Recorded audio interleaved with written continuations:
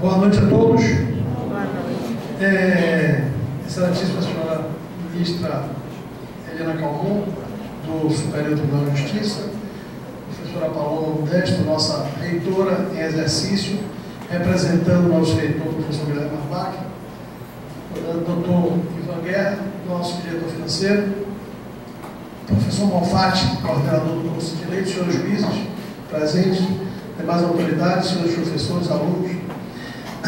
É uma alegria muito grande, eu estou falando aqui em meu nome e no nome de Marcos Almeida, nosso presidente, que infelizmente está em viagem exterior, para agradecer a presença da doutora Helena Calmon. Como o professor Malfatti frisou muito bem, a Helena é um ícone, é um símbolo, é uma pessoa que tem se destacado em todo o Brasil pelo trabalho formidável que tem feito, com toda a seriedade, integridade, toda a lucidez à frente das suas funções no Poder Judiciário.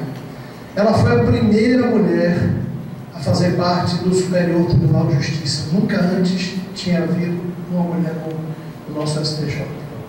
Ela foi, isso em 1999. Ela foi corregedora do Conselho Nacional de Justiça, onde fez um trabalho formidável, conhecido, reconhecido, falado em todo o Brasil, foi capa de revista, foi assunto de várias matérias, como ela teve a coragem de mostrar a sujeira que tinha debaixo de alguns tapetes. Não é fácil fazer isso. O nosso Poder Judiciário de hoje já deve muito a esse trabalho que a doutora Helena fez. E ela tem uma outra característica, ela tem, aliás, nesse momento, uma outra particularidade que se aproxima muito da gente. Ela é a diretora-geral da Escola Nacional de Formação e Aprimoramento dos Magistrados, a ENFAM. Hoje, a doutora Helena é a diretora-geral da escola, o que se aproxima ainda mais de nós que somos uma instituição educacional. Eu só queria dar uma notícia muito boa, que nós estamos festejando hoje. Quero aproveitar este recinto para dar essa notícia. Hoje, dia 6 de setembro, nós estávamos bastante felizes, Ivan e eu, um pouco mais cedo, a Unijorge ultrapassou 23 mil alunos. Somos mais de 23 mil alunos. É um número expressivo. É um número tão grande que nos consolida tranquilamente como a segunda maior universidade da Bahia. Só a UFBA é maior do que a gente. Somos, de longe, 7 mil e poucos alunos à frente da segunda colocada como instituição privada de ensino superior no Estado. Alguns dizem assim, mas como é que cabe aqui? Não, aqui só cabe 11 mil.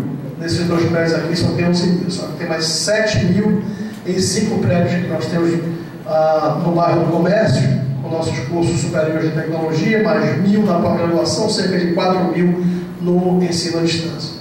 Então isso totaliza 23 mil alunos, é um número bastante expressivo. Mas só que número não é tudo.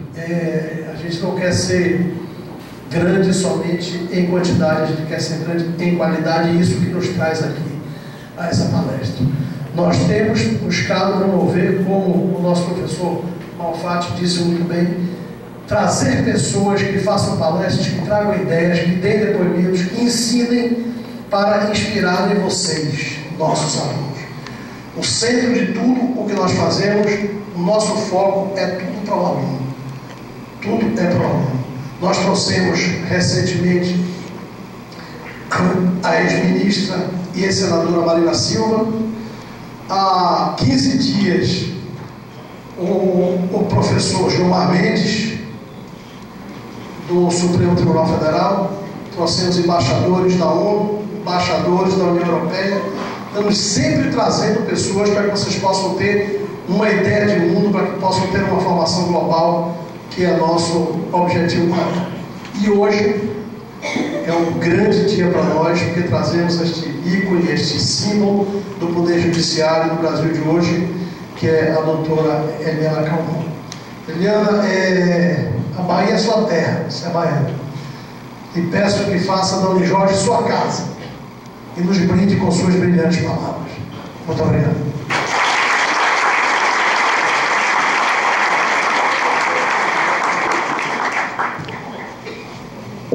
Bom, agora dando prosseguimento, teremos a palestra Ética e Gestão, a ser proferida pela excelentíssima doutora Eliana Calmon, ministra do Supremo Tribunal de Justiça. Senhoras e senhores, com a palavra, doutora Eliana Calmon.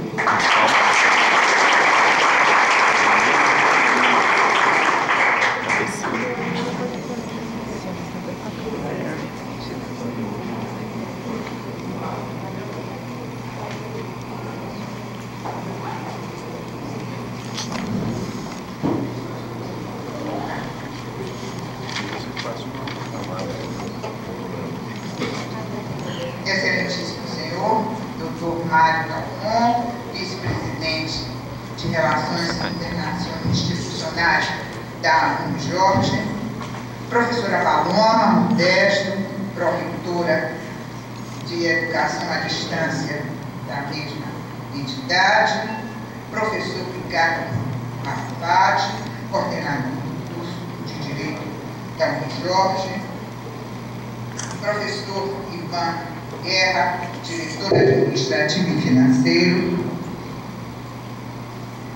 meus colegas magistrados, meus amigos aqui presentes, alunos da escola.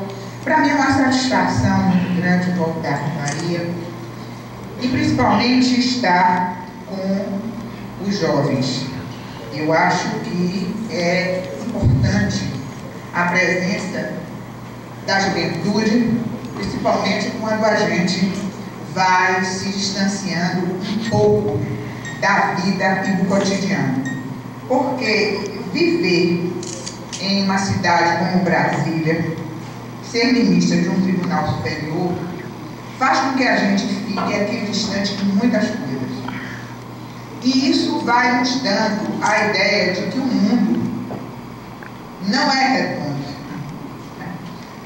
E nós vamos perdendo um pouco a noção do que é a vida, principalmente num país difícil como é o Brasil, com tantas diferenças, com tantas dificuldades e com tanta vontade de acertar neste vai e volta de todo dia que nós temos presenciado.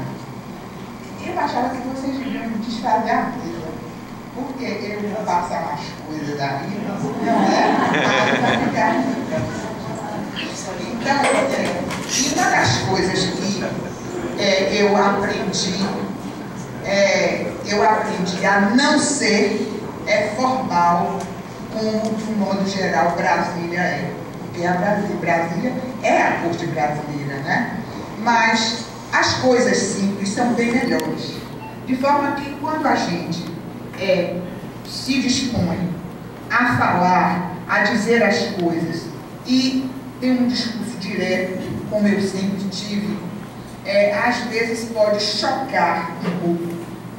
Mas, por outro lado, esta fama que eu terminei adquirindo foi exatamente por falar uma linguagem que todo mundo entende e com um critério de veracidade, né? As pessoas sentem que eu falo e falo muito com o coração. Isso é importante, né? No momento onde as pessoas tentam se camuflar muito. E essa camuflagem, às vezes, a gente faz até para a gente mesmo, né? A gente não sabe nem o que é que a gente vale, porque de tanto artificialismo que a vida nos oferece. Quando eu fui convidada para falar, eu pensei aqui em falar para vocês sobre alguns eventos da escola, a Escola Nacional de Formação e Aperfeiçoamento de Magistrados, a Infam, que eu estou dirigindo, e que hoje é a menina dos meus olhos, né? Vocês estão diante de uma pessoa feliz, porque eu consegui ser dentro do judiciário tudo que eu ambicionava ser, né? Eu queria muito provar que eu poderia chegar a um tribunal superior com o meu discurso. Porque o discurso que eu tenho hoje é o mesmo discurso que eu tinha quando eu era juíza de primeiro grau. E eu consegui provar e cheguei ao STJ sem transigir, sem tergiversar, sem machucar os meus princípios e as minhas convicções. Eu depois fui o cargo que eu mais ambicionava, porque eu queria ser corregedora, e queria ser corregedora, porque eu acho que o corregedor é aquele que mostra, é aquele que mostra o caminho, é aquele que direciona, né? Faz com que as coisas novas possam aparecer. É uma espécie de farol. Eu acho que a corregedoria é uma espécie de farol. E eu queria provar isso. E consegui provar.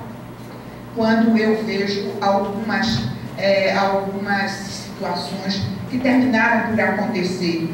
Não porque eu fizesse acontecer, mas parece que eu tirei a venda dos olhos de muita gente. E para mim, o maior trunfo foi o Tribunal de Justiça de São Paulo. O Tribunal de Justiça tradicional, fechadíssimo, ninguém entrava. O Conselho Nacional de Justiça nunca conseguiu penetrar no Tribunal de São Paulo. E todos me diziam, se você fizer todo o trabalho da corregedoria e não chegar em São Paulo, você não fez nada, porque São Paulo significa mais de 60% das ações do Brasil. Então, é o tribunal mais importante pelo tamanho, pelo gigantismo. E estava difícil, muito difícil. E eu terminei dizendo o seguinte, ou vai por bem ou vai por mal. E com essa intrepidez toda que vocês já estão acostumados, eu resolvi, em um final de ano, baixar uma portaria e chegar em São Paulo e dizer o seguinte, liguei para o presidente e disse assim, daqui a uma semana eu estou aí para fazer uma inspeção no tribunal. Ele tomou um susto, né? E disse, pois não, ministro e tal, é bom nessas horas a gente ser autoridade e usar a autoridade para isso, né? E eu toda, embora não pareça uma ministra como muita gente acha, realmente eu não quero parecer, mas neste momento eu uso toda a autoridade. Mas a história vocês já conhecem, com 24 horas, 2 liminares mandaram eu sair de São Paulo. E eu achei interessante porque eu nada fiz. Eu cheguei, as liminares mandaram eu recuar, eu recuei, mas a partir daí tiraram a tampa da garrafa. E foi possível se eleger um presidente que estava totalmente fora da ordem, que já estava aparelhado, uma pessoa muito boa, mas um velho, um ancião de cabeça, que fazia com que as coisas continuassem tal e qual sempre foi dentro do Tribunal de São Paulo. E elegeram um jovem, intrépido e que se dizia um louco, tão louco que resolveu rasgar tudo e começar novamente. E a partir daí, o Tribunal de São Paulo começou a deslanchar. Precatório não se pagava há 3 anos. Hoje já se paga escandalosamente, a fila está andando magnificamente. Os servidores viviam em greve constante porque não se pagava. Hoje estão com salários em dia. Enfim, o que eu quero dizer, eu sempre conto esse caso de São Paulo, porque não é um feito de Eliana Calmon. Mas foi este farol que eu digo que o corregedor que foi capaz de fazer destampar a garrafa. E é exatamente isso que a gente tem que fazer na vida. Não se pode aceitar que as coisas não vai dar certo porque sempre se fez assim. Se fez assim, mas está errado, então a gente vai para fazer o certo. Por isso é que é importante. Mas aí eu, depois de sair da corregedoria, eu terminei chegando no lugar que eu sempre quis estar, que era na escola de magistratura. Há mais de 20 anos, eu luto pela escola, eu fui da antiga Escola Nacional de Magistratura com o ministro Salvo de Figueiredo, fiz vários cursos de formação, mas por uma questão de política, uma questão de antiguidade, eu terminei não conseguindo ser diretora da escola, como se pretendia, e até um presidente do tribunal chegou a me nomear para eu fazer a implantação da escola. Mas não importa. O que importa é que a antiguidade chegou e a escola veio para as minhas mãos. E hoje eu desenvolvo um trabalho no qual eu acredito, e é uma escola onde eu quero fazer com que os juízes pensem, que os juízes raciocinem, que os juízes estejam integrados com os demais poderes da República e não como ilha isolada para dar a última palavra sem medir as suas consequências. É mais ou menos esse o trabalho que eu faço.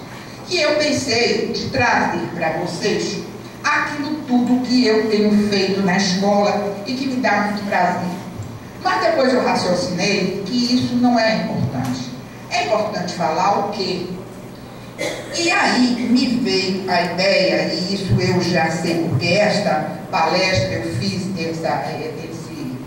esse PowerPoint para fazer uma palestra até para a AGU, para os advogados da União, e eu disse, eu vou repetir lá, porque eu acho importante, a partir de um evento bem interessante, por isso a questão do que nós chamamos de ética e gestão. Vejam bem o que é que acontece. Me impressionou muito quando no Senado Federal começou-se a fazer o regimento de ética do Senado Federal. E um senador disse que ética era uma palavra que devia ser tirada daquele código de ética, devia ser código de comportamento, código de procedimento, porque ética era uma coisa muito subjetiva. Cada um tinha um conceito de ética. E por isso ele achava uma palavra muito banalizada, muito filosófica. E isso veio abaixo, porque todo mundo começou a questionar o que era, o que não era, porque ética é assim e tal. Uns achavam que ele tinha razão, outros achavam que não tinha razão. E eu achei muito interessante, porque eu vi um escrito, né, um artigo escrito por Pedro Simon, onde ele falava sobre a ética em várias dimensões. E ele terminava o artigo lembrando de Dom Evaristo Arnes, que disse o seguinte, e ele transcrevia as piadas. Dom Evaristo Arnes disse que ética é, em resumo, vergonha na cara. E eu achei muito interessante essa ideia. E também eu fiquei muito impressionada porque no início do mês de julho eu fui convidada pela Reuters para fazer uma palestra num evento internacional promovido pela Reuters. A Reuters é uma das maiores empresas de comunicação do mundo e conseguiu trazer para São Paulo os maiores representantes de multinacionais, de empresários, etc. E o tema da palestra era ética e regulação. Por quê? Os grupos internacionais, os grupos econômicos estão preocupadíssimos e estudando ética, estão estudando ética a fundo. Por que isso? Porque o que eles dizem é que para o empresariado, o comportamento dentro de um modelo, uma sociedade global, passa a ter importância em termos econômicos. Porque, em razão do desprezar comportamental, as empresas chegavam e pagavam qualquer propina para se sair bem. E isto está causando grande desconforto nos cofres das empresas. Daí a importância de se estudar ética e de se verificar a ética para que haja uma diminuição nos custos dos grupos econômicos. De forma que nós estamos falando, não como pensou aquele senador, que ética fosse alguma coisa subjetiva e que cada um sabe o que é ética ou não. Vamos falar um pouco sobre ética e o contrário da ética e as consequências dela. Por isso, eu trago para vocês a ideia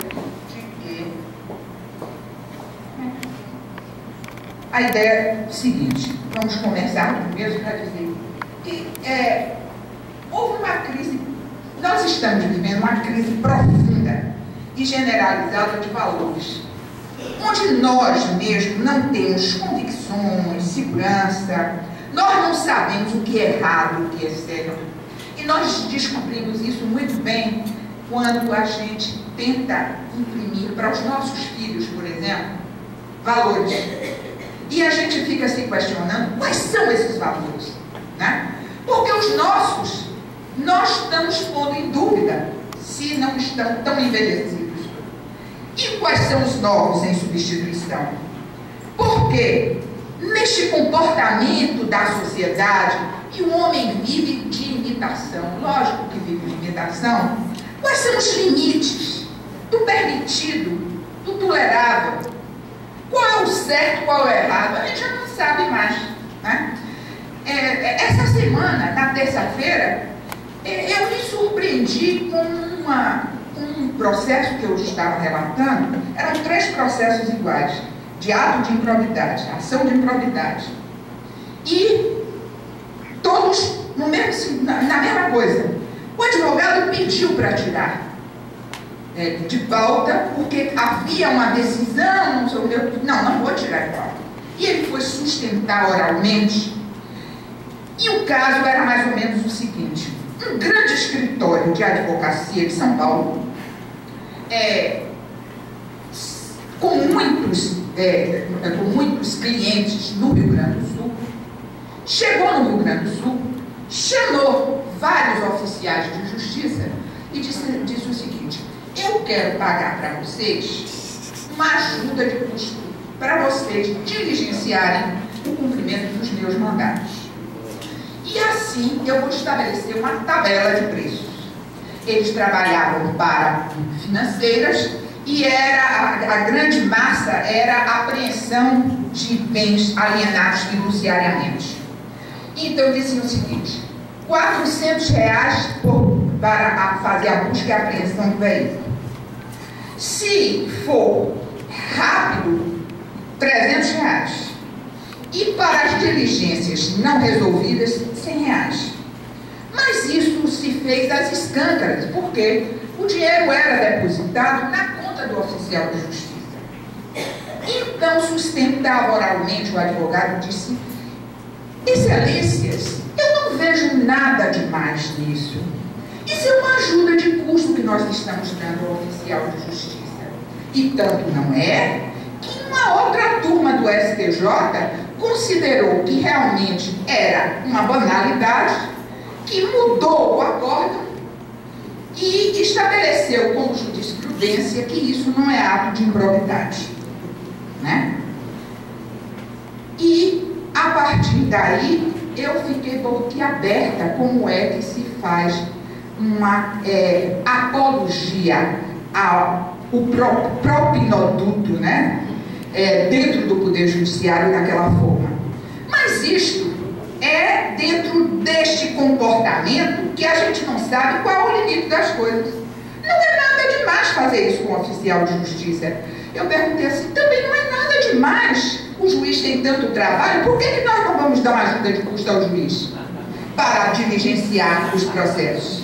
Não é nada demais, porque nenhum oficial, nenhum serventuário de justiça é tão ligado ao juiz como o oficial de justiça. Porque o oficial de justiça é o juiz que vai. São os pés do juiz que vai.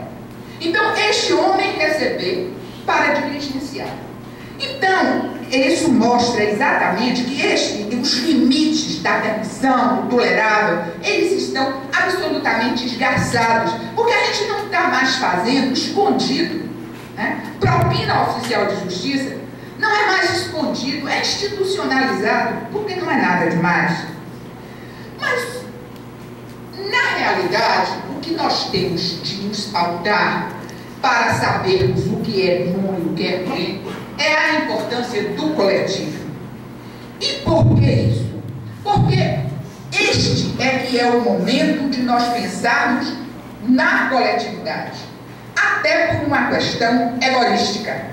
Se nós não estivermos bem com aqueles que nos rodeiam, e se estes não estiverem bem, com segurança nós não teremos paz. É o que acontece com as sociedades desiguais, onde nós vivemos com insegurança, vivemos nos trancando, vivemos com as câmaras de segurança, vivemos inquietos, vivemos angustiados, porque a sociedade, as pessoas que nos rodeiam, estão numa desigualdade absurda. Então hoje, no século XXI, nós só podemos falar em coletivo, porque é a coletividade que importa. Porque nós demos um passo adiante no momento em que nós estabelecemos o quê? Nós estabelecemos uma ruptura com o passado, como nós vamos ver agora. Porque nós tínhamos um país de domínio das elites. A elite política, que era sustentada pela elite econômica, né? E que durante anos e anos estabeleceu-se no poder, onde se fazia exatamente a vontade dessas elites. E não se pensava no coletivo. Por que não se pensava no coletivo? Porque o importante era o direito individual. O que eu me importava era com a minha segurança pessoal, individualizada. Porque eu estava com os meus iguais e todos que faziam parte desta minoria, que nós chamamos de elite, todos eles tinham iguais direitos. E o resto era o resto. Não nos incomodávamos. Mas isso acabou por acontecer e a grande ruptura vem, lógico que não foi de um momento para outro, mas a grande ruptura que a gente fala sob o ponto de vista jurídico veio com a Constituição de 88. Porque a Constituição de 88 fez uma revisão total da ordem jurídica, é o que nós chamamos de revisão crítica do direito, rompe o individualismo jurídico, ou seja, não importa mais o individual, inclusive direitos garantidos constitucionalmente, eles só têm essas garantias se eles tiverem função social, como por exemplo a propriedade, e surgem os chamados direitos de terceira geração. Aqueles direitos que nós nem pensávamos que existissem, porque eram direitos sem sujeitos. E a nossa, toda a nossa técnica processual era no sentido de só tem ação aqueles direitos, só tem a garantia de ação aqueles direitos que são limitados subjetivamente para eu dizer quem são os titulares desse direito.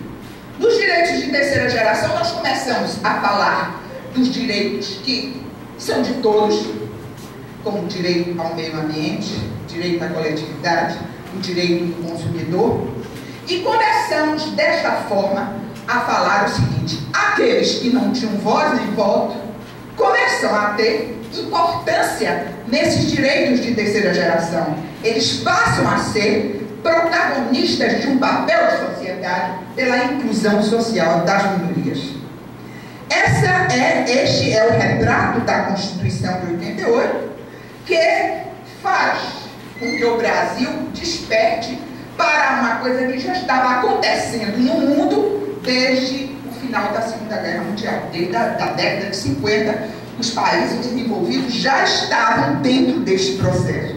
E neste processo surge ainda um fato importantíssimo, que é a proeminência, a importância do Poder Judiciário como aquele terceiro poder que, distanciado da elite política, da elite econômica, é quem pode estabelecer a régua do comportamento da sociedade. Mas Constituição de 88, nós tivemos a Era Collor. Exatamente a Constituição de 88, ela começa a frutificar e aparecer em 90, quando o Collor assume o poder, faz justamente aquela devassa nas contas públicas, ele congela os ativos financeiros e começa uma mudança generalizada no país. Muitas coisas ruins aconteceram, mas muitas coisas boas também aconteceram, né? Ele tornou o mundo menor no momento que ele aproximou o Brasil das outras potências, abrindo as portas para importação e exportação, muita coisa boa. Alguns controles econômicos foram feitos na Era Collor.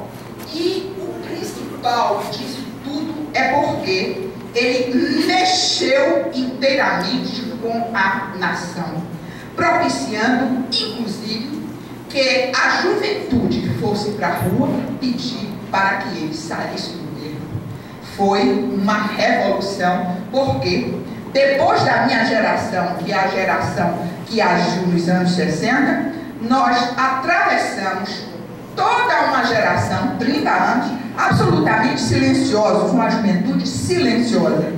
E esta juventude começa a se manifestar exatamente na Era Collor. Mas aí vamos passar, porque a outra sintonia, porque vem o Fernando Henrique, antes vem os outros governos, mas não nos interessa. O que interessa é que nós chegamos a um outro patamar, que foi a Era Lula. Porque com Lula nós estabelecemos outra ruptura, em razão dos dois postulados maiores da Era Lula: inclusão social e ética na política. Esses foram os dois mandamentos do PT, e que houve toda uma comoção para se realizar isso no Brasil. Praticamente, o Lula foi eleito em razão dessas mudanças que ele pregava, e eram exatamente as mudanças dentro desta tônica. Inclusão social e ética na política.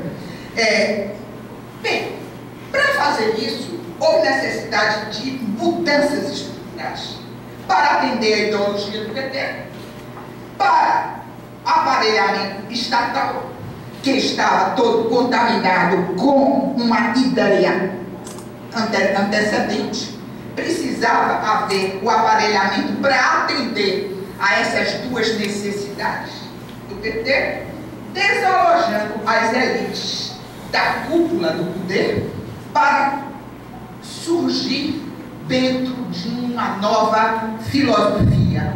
É o que eles chamavam de democracia substitutiva, né? Então, nós todos embarcamos nessa ideia. Por quê? Porque era o governo das mudanças. Mudanças essas que já estavam sendo programadas pela Constituição de 88.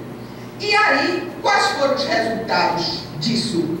O desmanche da máquina burocrática, que estava uma máquina enxuta, que vinha do Fernando Henrique Cardoso, etc. Então, houve necessidade de botar as pessoas que estivessem aparelhadas a essa nova mudança. Programas de inclusão social, que foram muito positivos, e aí começa uma série de programas sociais. E o enfrentamento das elites, porque as elites começavam a fazer oposição a estas novas situações. Mas, para o enfrentamento dessas poderosas elites, que não é fácil desalojar do poder, houve necessidade de transações em busca da governabilidade. E foi a partir daí que nós começamos a perder o bonde da história. E por quê? Porque os resultados disso, a transação em nome da governabilidade chegou a um ponto que levou à instabilidade social, o afastamento das promessas elitivas.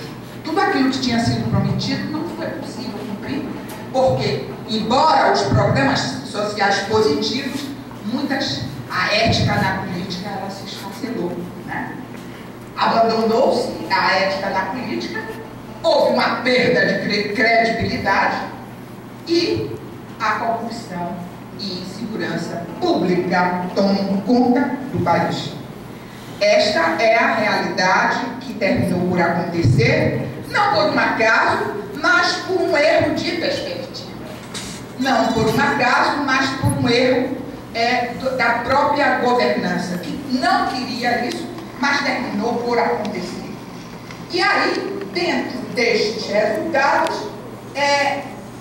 refletindo o quê? Uma cultura individualista, e aí vocês veem que nós temos um passo atrás.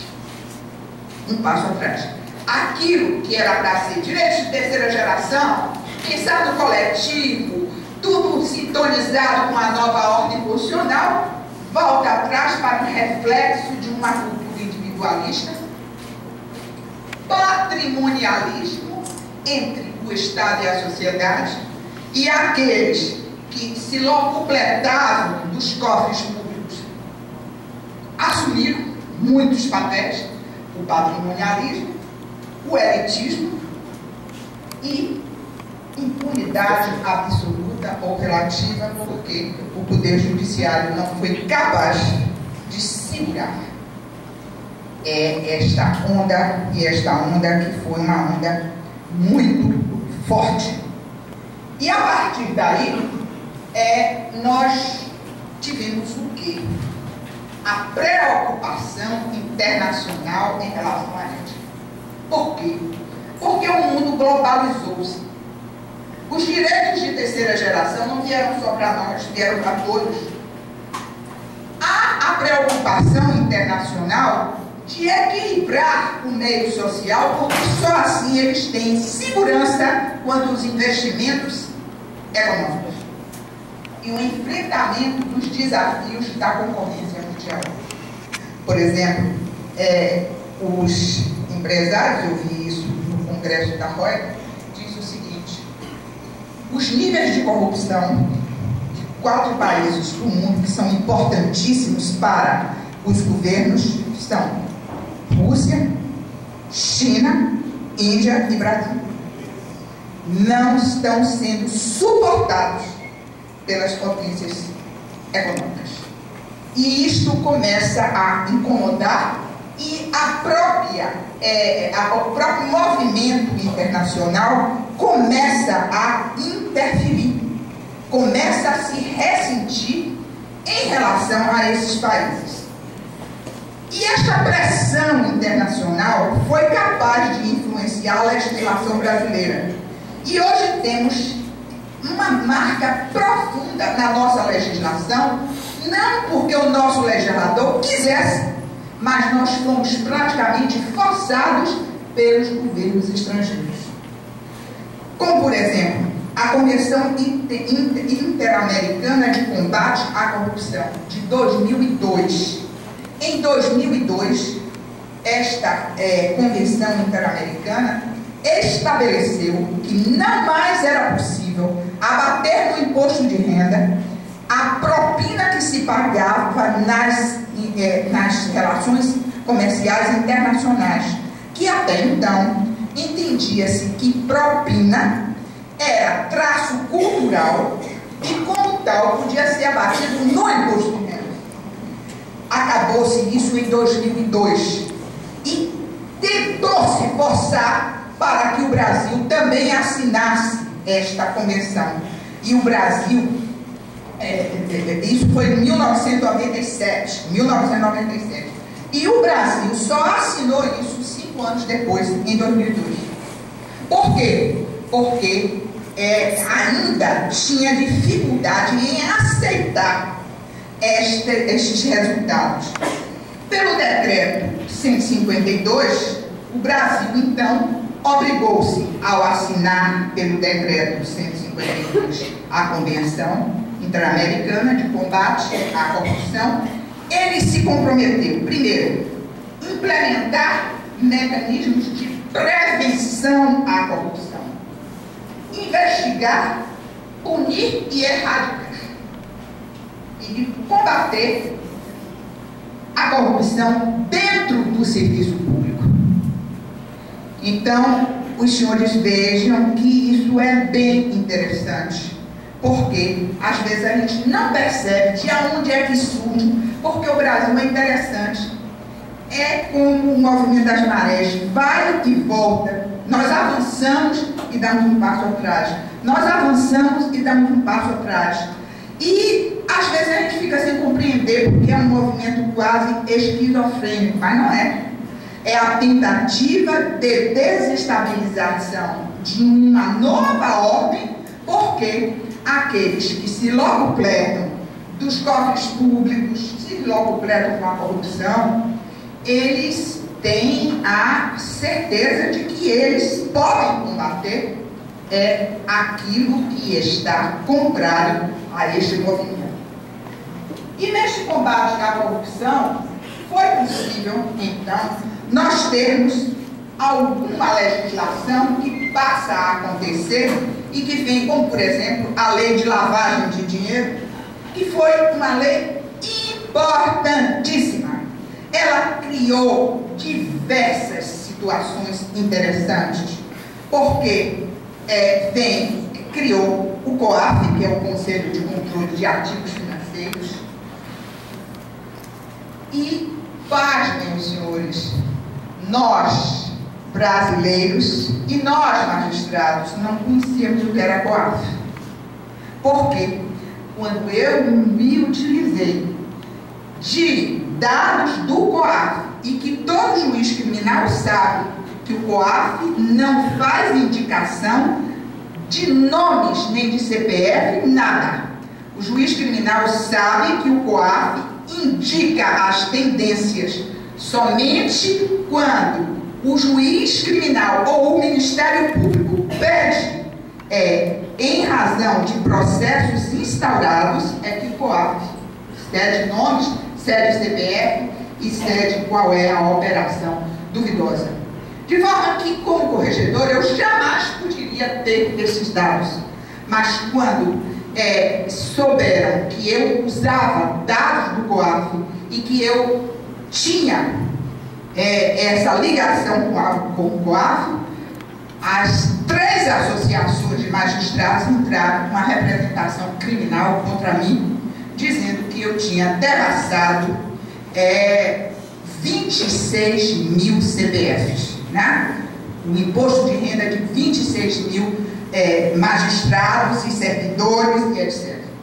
Isso foi um horror, porque foi a demonstração cabal de que eles não conheciam o que era o COAF, que o COAF veio com a lei de lavagem de dinheiro, que é um órgão oficial do governo federal, que presta um serviço importante, porque ele vai fornecendo as tendências, onde em algum lugar pode haver algumas transações que eles chamam, nem ilícitas eles dizem, mas transações atípicas. Por exemplo, em um determinado ponto foram encontrados diversos servidores, que eles não dizem quem são, com rendimentos acima daquilo que eles receberam das suas atividades. É ruim? É errado? Não. Basta que, se for possível a identificação, e se vier à tona, nós vamos fazer a verificação e a pessoa pode perfeitamente dizer: não, eu ganhei na loteria, eu casei com uma mulher muito rica, né? eu tive um lucro extraordinário, mas tem que justificar porque o dinheiro não nasce da terra, né? Eu encontrei um tesouro, né? Então muitas vezes a gente tem isso. Mas ao lado do COAF, eu também tenho a ENCLA. E o que é a ENCLA? A ENCLA é uma entidade, né, um órgão do Ministério da Justiça desconhecido, mas é um órgão importantíssimo, porque ele congrega dentro do Ministério da Justiça todos os órgãos de controle do Estado. Então, Ministério Público, corregedorias, todas as corregedorias, a Controladoria, Polícia Federal, Secretarias de Segurança, todos os órgãos de controle, Poder Judiciário, até a Infam está inserida dentro da ENCLA, porque eles formam bancos de dados importantíssimos. E todas as vezes que eu preciso me referir ou investigar alguma coisa, eu uso este banco de dados. É uma espécie de Google do serviço público para os controladores, para os órgãos que fazem o controle, né? Outro órgão que era desconhecido, também da magistratura brasileira, porque a magistratura brasileira ela ficou dissociada dos demais poderes. E praticamente o juiz ficou vivenciando o seu mundinho pequeno, que começa na sua comarca e termina no Tribunal de Justiça. E para ele só tem importância esse mundozinho. O que tiver fora dali não interessa a ele. E é por isso que a gente começa a verificar que as coisas precisam mudar a partir daí. A partir do momento que nós precisamos fazer com que os nossos magistrados tenham um universo maior e que tenham a ideia que eles fazem parte de um todo. Isso é que é importante. E estes órgãos são órgãos que devem sim estar sintonizados com todos os órgãos controladores. Mas não vamos ficar só nisso para falarmos de uma outra situação, que é da lavagem de dinheiro ainda, onde foi possível, com a ideia de mudança, pegar novos instrumentos para combate à corrupção, que são as organizações criminosas que nós ainda não tínhamos. Nós tínhamos leis esparsas, falávamos um pouco da Convenção de Palermo, que o Brasil tinha aceitado, mas não tínhamos uma lei, que é a Lei 12.683, que esta lei foi uma lei que deu maior ênfase às interceptações telefônicas, permitiu a infiltração de agente na investigação, enfim, tudo aquilo que o Brasil dizia que era abominável porque era contrário aos direitos humanos, e o juiz criminal sabe que o maior penado é ele para investigar, porque nada pode, tudo é demais, porque nós ainda somos um país que damos importância aos direitos individuais. E quem defende os cofres públicos? Quem defende o Estado, né? Então, mas o que eu mais chamo a atenção é porque nós estamos defendendo esses direitos humanos do colarinho branco, porque quem está na comunidade nós mandamos o golpe, né? Então, isso não é contra os direitos humanos. Contra os direitos humanos é investigação por interceptação telefônica, e que toda hora os tribunais estão aí anulando as investigações todas, porque está demais, né? Então, nós notamos que existem duas medidas, a gente vai e a gente volta, né? Então, dentro desta ideia, nós também temos uma lei que é uma lei maravilhosa, é o que está salvando ainda o combate à corrupção, que é a lei contra a improbidade administrativa. Por quê?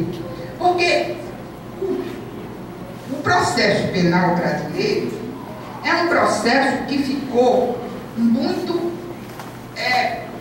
vamos dizer assim uma palavra, vulgarizado, não.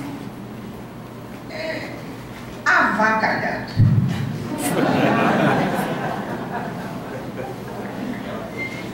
Por quê? As teses mais loucas, inventadas pelos grandes escritórios de São Paulo, começam a passar. E a gente fica em perplexidade quando a gente sente as teses de direito penal que passam a prevalecer. E praticamente não é possível. A ideia de deixar transitar em julgado a presunção da inocência, o réu bate o pé, confessa o crime, não. Você pode confessar, mas aqui não vale, só vale quando chegar lá no Supremo, o Supremo transitar em julgado. E a gente nunca viu esse trânsito em julgado. Eu, inclusive, falo muito o seguinte, eu detestei o caso de Dona Dom, porque agora, toda vez que eu digo assim, quem conhece um caso de sentença penal transitada em julgado, levante o dedo. Agora todo mundo levanta e diz, Dona Dom. Acabou meu exemplo, né? Acabou. Mas é o Dona Dom, né? Porque não deixa transitar em julgado. Não é possível. E nós nos queixamos que os tribunais estão cheios de recursos. Lógico, os advogados não são bons. Eles fazem sim, porque só hoje a lei de improbidade administrativa é que está segurando um pouco a volúpia dos dirigentes políticos, porque ele pega de fio a pavio, ele pega o político, pega o administrador e pega também aqueles que se locupletaram com os recursos públicos. Eu, inclusive, estou na Bahia, porque eu vim, a partir de segunda-feira, eu estou fazendo inaugurando as oficinas de trabalho, porque a Infam está em parceria com o Conselho Nacional de Justiça, com a Meta 18, que é o julgamento das ações de improbidade que tiveram início a partir de dezembro de 2011. Uma meta arrojada que é para acabar com essas ações, serem julgadas até o final de dezembro de 2013, e que nós estamos com um problema, porque estas ações são ações difíceis. Essa lei é uma lei magnífica. Primeiro, ela tem tipos penais abertos, como toda lei nova, e quem é professor de direito penal sabe disso, que esses tipos fechados, eles prejudicam na hora de nós fazermos um enquadramento. Então, essa lei de improbidade são tipos abertos, onde a sanção não é aquela camisa de força que existe no Código Penal. Eles deixam mais ou menos a critério do juiz, que o juiz faça o balanço, né, para fazer a aplicação do tipo da sanção e do quantitativo da sanção. Mas é quase que um cheque em branco que se deu ao juiz. E o juiz brasileiro, ele está temeroso de fazer a aplicação desta lei. É uma lei que não faz um indicativo do elemento subjetivo, porque pode ser punido com dolo ou com culpa, a depender da situação, e os juízes começam a ficar temerosos. A lei começou a ser problemática a partir da competência. Quem é competente para julgar a autoridade por ato de improbidade?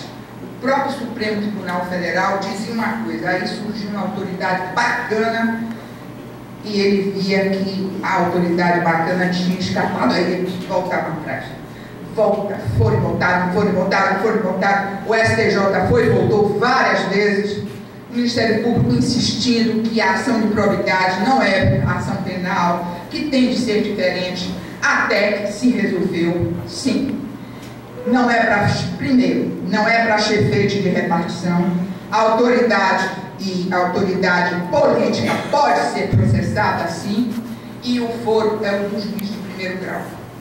Estabelecido ainda mais ou menos, mas de qualquer forma está mais ou menos estabelecido assim, nós precisávamos do que? Fortalecer os nossos juízes para julgar essas ações. Por que isso? Em primeiro lugar, porque o juiz se sente inseguro em razão de todas essas novidades que a lei de improbidade fez. Em segundo lugar, nós somos juízes, mas não somos juízes para poderosos. Inclusive, realmente, a gente ferrar poderoso é muito complicado. É muito complicado. Primeiro, porque é um mal-estar que a gente sente muito grande. Porque todo mundo olha desconfiado para você. Você fica se sentindo até uma pessoa estranha, né? um funcionário meu disse assim: ministra, a senhora estava se aposentando, eu estou preocupada. Eu disse: por quê? Porque a senhora sabe, eu tenho esse perfil de fazer essa investigação dos processos aqui com a senhora. Eu não sei se os ministros vão gostar de mim. Quer dizer, até o pobre do funcionário já está com pressão.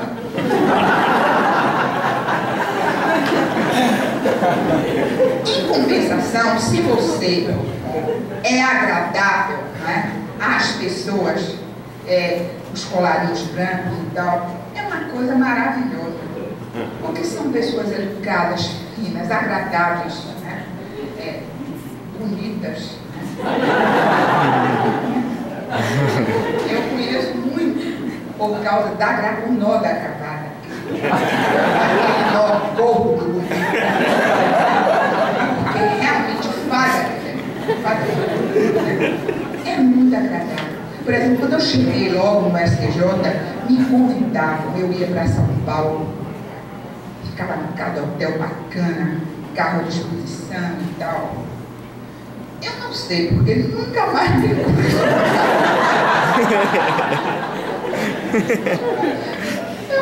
eu sou convidada nesse insisto em vir para onde? Para vir para onde Jorge, para ir para o Mackenzie, não é?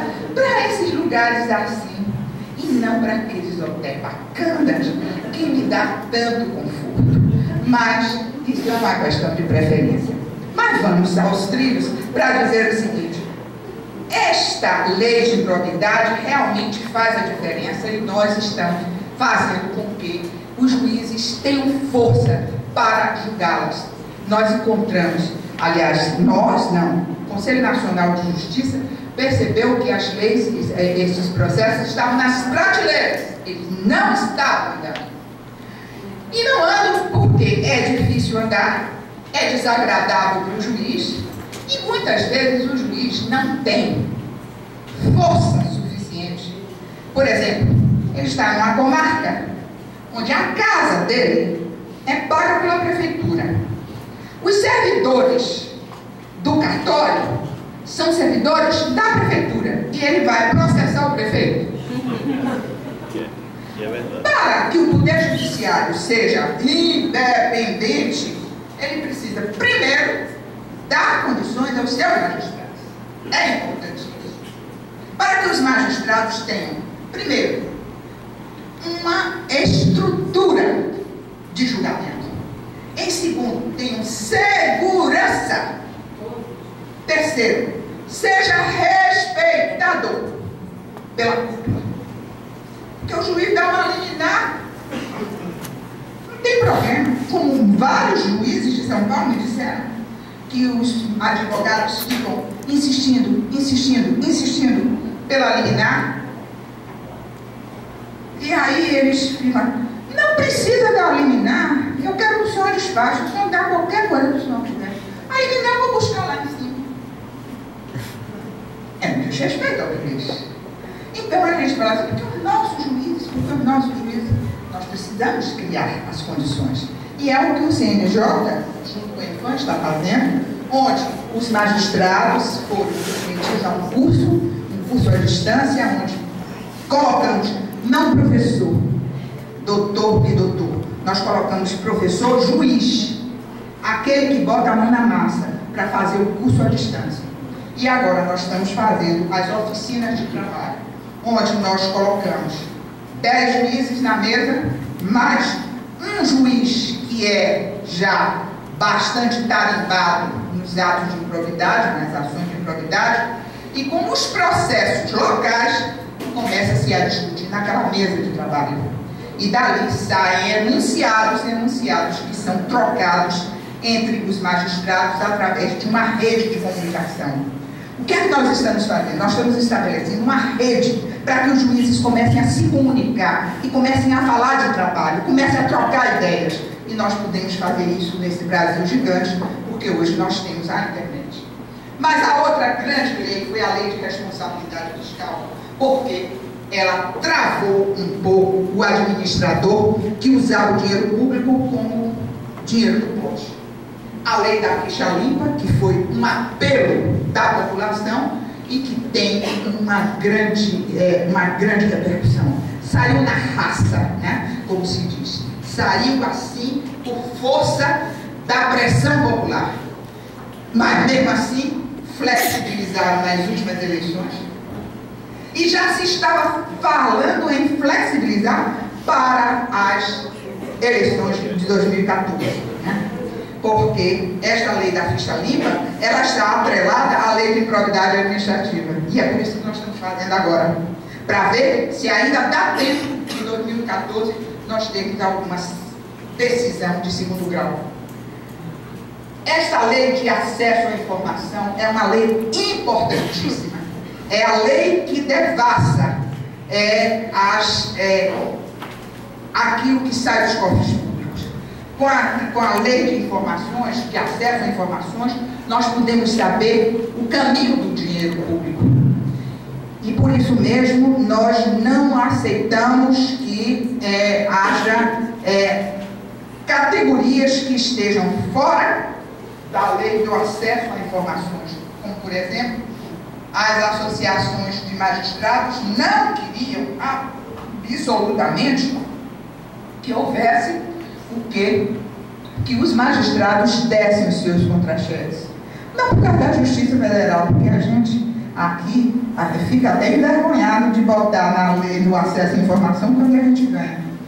Mas muitos tribunais, onde os governadores transacionam com os desembargadores, e temos aí os desembargadores ganham de 70 mil reais por mês.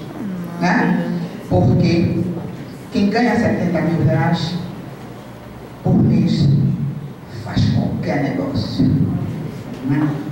E na hora que eu comecei a apertar um certo desembargador que faz isso,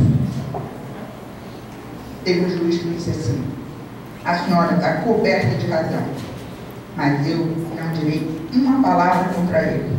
Ele me deu o meu apartamento, me deu minha casa na praia e o apartamento que eu dei para minha filha quando ela foi casada. Então, e eu disse: você tem toda a razão, né? Tem toda a razão. Mas nós temos ainda alguma coisa diferente, que é o movimento interno nos órgãos públicos para o combate à corrupção interna, com a transparência, com a educação, a meritocracia e a eficiência. É a tentativa de, dentro do serviço público, nós mudarmos a cultura. Não basta fazer o certo, é preciso combater o errado. Nós já temos muitos órgãos que está acontecendo isso. Por exemplo, um órgão que todo mundo sabe, eu falo porque todo mundo sabe, que Polícia Rodoviária era uma corrupção, uma atrás da outra. Quem já não botou a carteira de motorista com um dinheirinho de seu guarda, tome aqui, né? Eu saí, todo mundo sabe disso e tal. Houve uma revolução, se fez concursos, salários foram aumentados, agora várias, tudo com concurso público, nível universitário para ser guarda rodoviário e tal. E eu saí e fui para a Corregedoria. Quando eu voltei, eu encontrei a primeira sessão entupida de mandado de segurança de guarda rodoviária. Tudo posto para fora, em pares. Eu disse: o que é que aconteceu com esses guardas que estão todos aqui? Foi uma corregedora que passou lá e botou todo mundo para fora, botou câmeras. E eu estou vendo defesa da tribuna dizer o seguinte: contra os direitos humanos, bota a câmera para espionar o guarda. Ou então, o seguinte: mas como é que se vai botar para fora do serviço público um pai de família por causa de 40 reais? Então, é essa banalização nossa, né, que leva justamente às grandes coisas. Mas essa mudança de cultura está acontecendo. Inclusive, tem um baiano que é muito responsável por isso, que é o ministro, que é da Controladoria Geral da União. Ele está fazendo um belíssimo trabalho, está deixando a Controladoria com uma estrutura fantástica. E embora algumas pessoas façam acusações dizendo o seguinte: ele não prende os grandões, mas só os chefites de repartição. Ele já colocou fora do serviço público 3.600 servidores. Não é pouca coisa. E às vezes a gente tem a impressão de que não foi feito nada. Foi feita muita coisa. A Polícia Federal tem feito muita coisa. Lamentavelmente, a Polícia Federal atende a ordens políticas, mas a Polícia Federal tem feito muitas coisas e consegue fazer.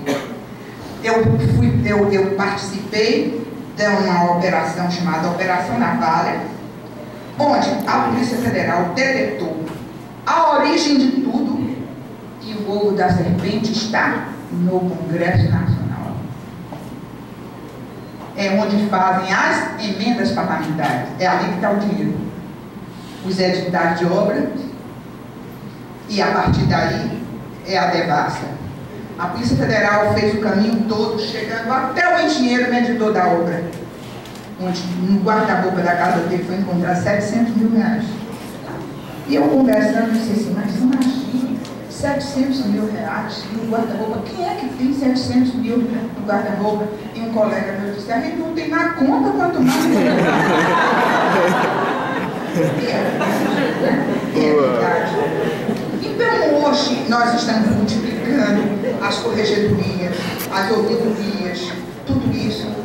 Mas por exemplo, o ouvidor, a gente pega e bota o que existe mais horrível do tribunal. Fulano não dá para nada, bota na ouvidoria. Como alguma coisa que não serve para nada. Nós estamos mudando.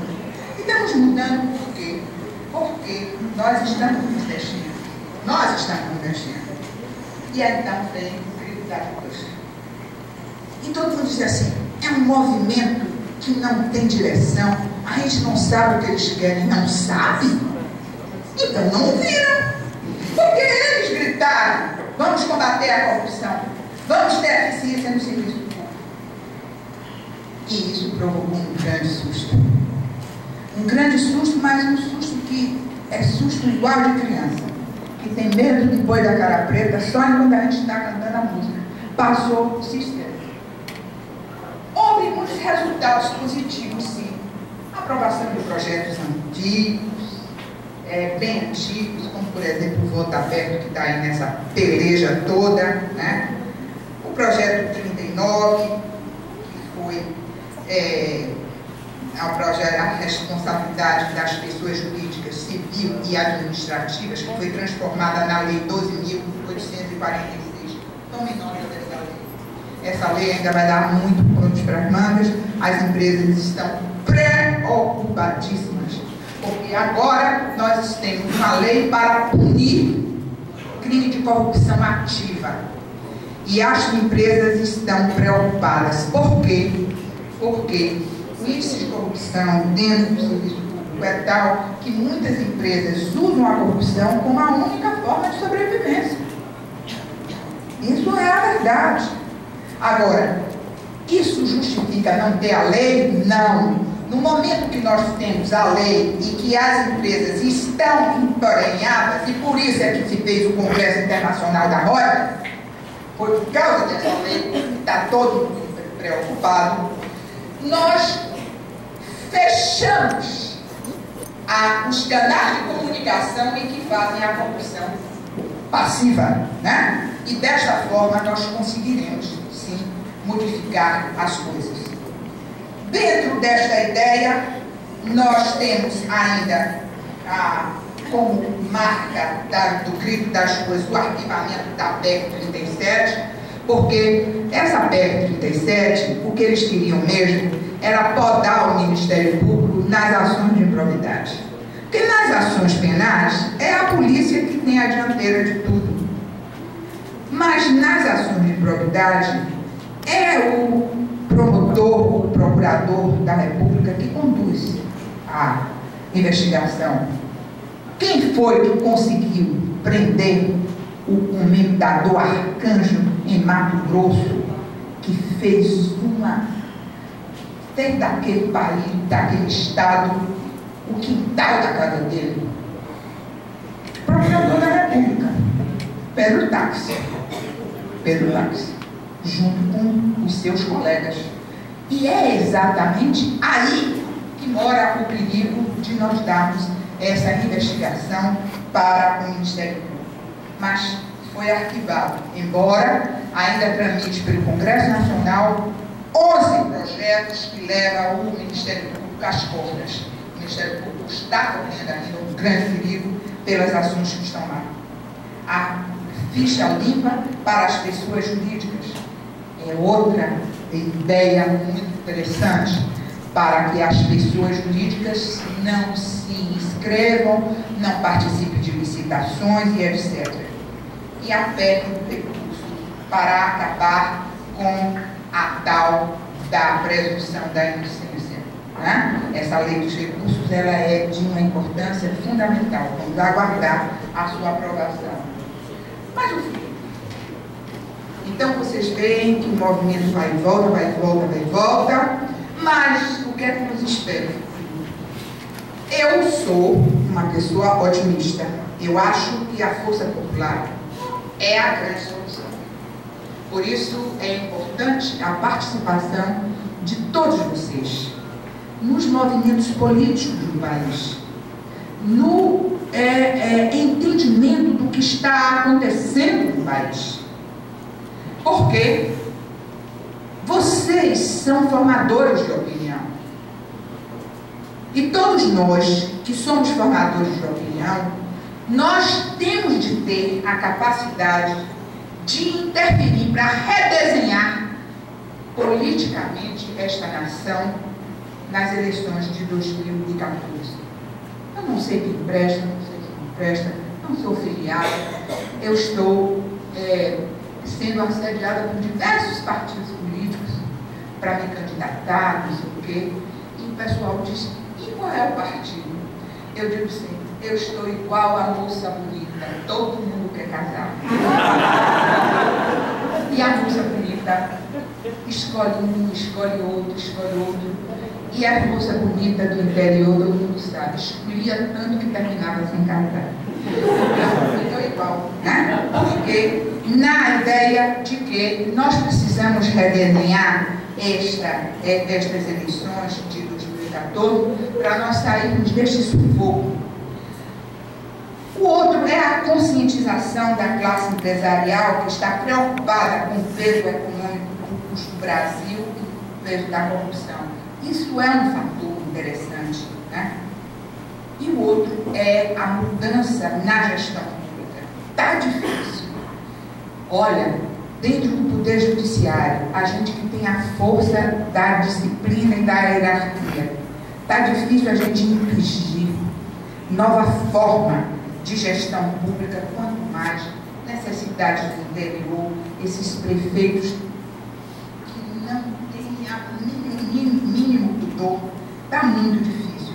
Mas nós vamos conseguir como? Não é só a legislação não muda. Ela ajuda, mas não muda. O que muda é a cultura. Isso é que é importante. E é por isso que a gente tem que ter ética. A ética do coletivo. A ética de pensar no outro. Porque só podemos viver bem quando a gente pensa no outro. Até por motivos egoísticos eu tenho de ser alguém que pensa no outro. Enfim, o que eu quero dizer é que todas as esferas de poder do país, seja pública, seja privada, precisam funcionar com medidas que tenham valor ético, que tenha a ideia de que é importante, mais importante do que ter qualquer coisa na vida, é muito importante a gente dizer todos os dias que a gente, mais do que qualquer novidade, nós somos cidadãos brasileiros para termos um país que possa ser respeitado. Muito obrigada.